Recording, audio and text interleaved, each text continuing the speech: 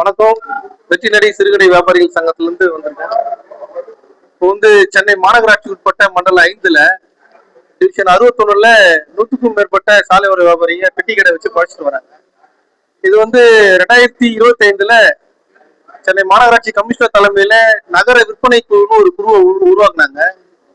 அந்த குழு 150 விற்பனை செய்யக்கூட பகுதியும் 188 விற்பனை செய்யக்கூடாத பகுதியும் அறிவிச்சிருந்தாங்க.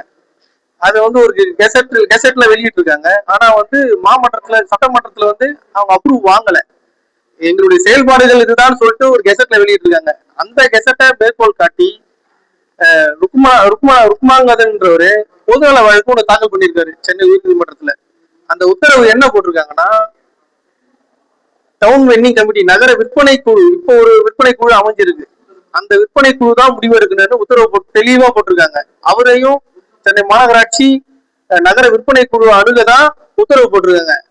அதே போல சட்டப்படி நடவடிக்கை எடுக்கணும் மாநகராட்சி அதிகாரிகளுக்கு உத்தரவு போட்டிருக்காங்க. இது அவரு போய் வாங்கியிருக்க பொதுநல வழக்குடைய உத்தரவு. இது தெளிவா அதிகாரிகளுக்கு தெரியும். ஆனாலும் ருக்மாங்கத ஏற்கனவே முன்னாள் கவுன்சிலரா அந்த டிவிஷன்ல இருந்திருக்காரு. இது அவரு எல்லா இன்ஃபுளுன்ஸும் தெரியும் அவருக்கு. ஒரு அதிகாரிங்க என்னென்ன பண்ணுவாங்க, அந்த கிரவுண்ட்ல என்னென்ன இருக்கு, ரூலை மீறி என்னென்ன பண்றாங்க, இந்த இல்லீகல் ஆக்டிவிட்டிஸ் எல்லா விஷயமும் அவருக்கு தெரியும்.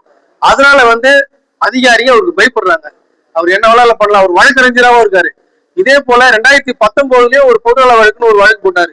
இதே பெட்டி ஷாப் இஷ்யூல தான்.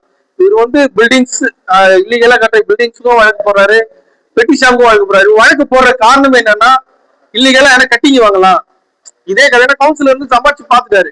இது தொடர்ந்து செய்யணும்னு அவர் பண்ணிட்டு இருக்காரு. ஏற்கனவே குமுதம் ரிப்போர்ட்டர்ல புத்தகத்துல அவர் என்னென்ன பண்ணியிருக்காருன்றது புகாரா வெளியிட்டு இருக்காங்க. இது தொடர்ந்து இந்த இல்லீகல் ஆக்டிவிட்டில ஈடுபடுறாரு அவரு. உயர்நீதிமன்றத்திலே வழக்கறிஞரா இருக்கவேதான் அவர் ஒரு சில வழக்கெல்லாம் போட்டு முன்னெடுக்கிறாரு. அது நாங்க ஒவ்வொன்னா கேதர் பண்ணிட்டு வரோம். அவரு என்னென்ன தவறுகள் செய்யறாரோ அது நாங்க பத்திரிகைகள் மூலியமா நாங்க வெளியே தெரிவிப்போம். என் பேர் வினோத், வெற்றிநடை சிறுகடை வியாபாரிகள் சங்கத்துடைய தலைவர்.